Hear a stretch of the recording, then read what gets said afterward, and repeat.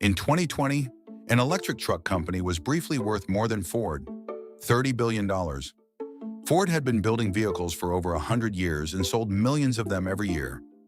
This company had never sold a single truck. It had never even built one that worked. But it did have a video, a gorgeous cinematic video of its truck cruising down a desert highway. And that truck, gliding majestically across your screen, had no engine. It was rolling downhill. They found a long, gentle slope, towed the truck to the top, let go, and filmed it. This is the story of Nikola, Trevor Milton, and the $30 billion truck that only drove downhill, explained so simply a 5-year-old could follow along. And I'll warn you now, this episode ends differently than the others. Meet Trevor Milton, a born salesman from Utah who had already started and sold a couple of businesses with a preacher's energy and total conviction. In 2014, he founded a company to build trucks that ran on hydrogen and electricity instead of diesel. He named it Nikola after the inventor Nikola Tesla. Yes, that means there were now 2 truck companies named after the same dead scientist, and the other one was run by Elon Musk. The vision was genuinely beautiful. Semi-trucks are among the dirtiest vehicles on the road. A clean truck that could haul freight across America with water as its only exhaust. Everyone wanted that to be real. Truckers wanted it, investors wanted it, the planet needed it, and that wanting is the engine of this entire story, because when people badly want something to be true, selling them the story is almost too easy. In December 2016, Trevor put on a launch event for the Nikola One, his hydrogen semi-truck. Under the spotlights, in front of a cheering crowd, he declared that the truck was real, that it worked, that this was no pushmobile. His exact words, "This thing fully functions." It did not fully function. The truck on that stage was a shell. Key parts were missing. Behind the scenes, the team had even taped over the missing pieces. It couldn't drive an inch under its own power. Now here's where you might say, hold on, lots of companies show off prototypes that aren't finished. That's true. Concept cars are normal. The difference is the words. There's a legal canyon between "this is our vision" and "this thing fully functions." Trevor lived on the wrong side of that canyon with a megaphone. 2 years later came the video, the one we started with. Nikola One in motion, they called it. The team towed the truck to the top of a long, shallow hill in the Utah desert, released it, and let gravity do the marketing. On camera at the right angle, a truck coasting downhill at highway speed looks exactly like a truck driving. They published it. Millions watched it. Nobody outside the company knew the truck's real top speed was however fast a hill makes it go. I want to pause on how 5-year-old simple this trick is. It's a soapbox derby car dressed as a semi-truck.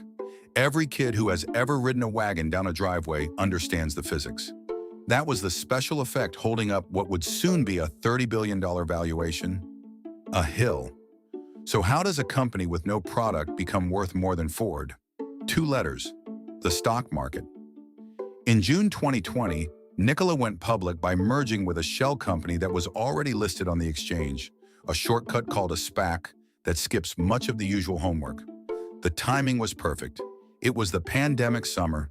Millions of new investors were stuck at home with trading apps and stimulus checks. Tesla's stock was going vertical, and everyone was hunting for the next Tesla. And here was Nikola, the next Tesla with the same dead scientist name on the hood. The stock doubled, then doubled again. Within days, this company with zero revenue was valued at $30 billion, briefly passing Ford. Trevor's personal stake made him a multi-billionaire on paper. He tweeted constantly, "Billions in pre-orders," he said. A pickup truck called the Badger was coming. Hydrogen stations would blanket America. Every claim pushed the stock higher. Then in September 2020, Trevor made what turned out to be his biggest mistake. He landed a partnership with General Motors, one of the biggest car makers on earth. GM would help build the Badger in exchange for a $2 billion stake. The stock soared again. The news was so big that it made serious people look closely at Nikola for the first time. 2 days later, a small research firm called Hindenburg published a report. The title was not subtle. Nikola, How to Parlay an Ocean of Lies into a Partnership with the Largest Automaker in America. Hindenburg was a short seller, meaning it made money if the stock fell, so plenty of fans dismissed the report as an attack. except the report had receipts, text messages, former employees on record, and the hill. The report revealed that the famous truck video was a truck rolling downhill, and Nikola was forced to publicly confirm it. Read their confirmation carefully because it's a masterpiece of lawyer wording. Nikola never stated that the truck was driving under its own propulsion. The video was titled "Nikola 1 in Motion." Technically true. A rock is in motion when you drop it. The unraveling was fast. 10 days after the report, Trevor resigned. The GM mega deal shrank to almost nothing before quietly dying. The SEC and federal prosecutors came knocking. Nikola itself, trying to survive, admitted that Trevor had made 9 materially false statements. The company paid $125 million to settle with regulators. The stock, once $65, drifted down and down on its own long hill to under $1. In October 2022, a jury convicted Trevor Milton of securities fraud and wire fraud for lying to investors. At his sentencing in December 2023, the judge gave him 4 years in prison, a $1 million fine, and he was ordered to pay victims' restitution, later set at about $168 million. Now, if you've watched this series, you know how the story ends. Sam got 25 years, Bernie got 150, Stu got 15. The pattern is clear. The fraud collapses, the man goes to prison, and the scam never changes.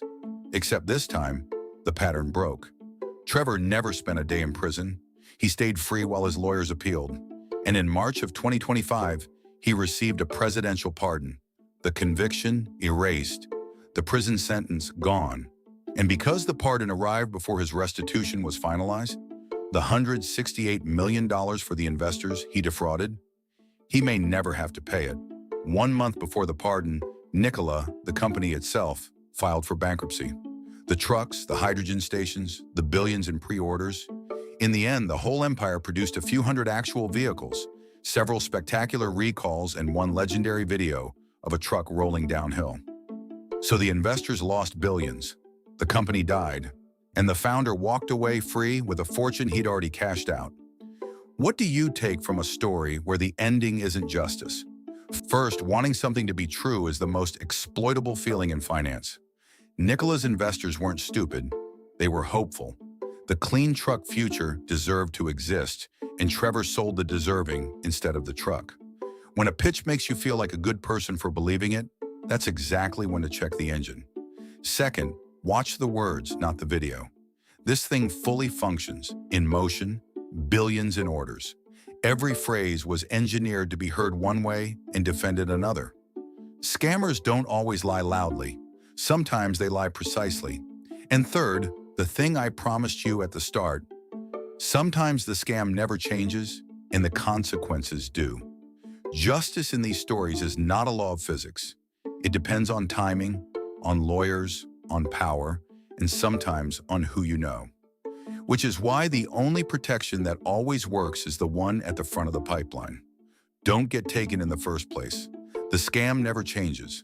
This time it wore a cowboy's grin and a camera crew, and it rolled downhill at exactly the speed of gravity. If you want more true stories like this, drawn badly on purpose and explained simply on purpose, subscribe.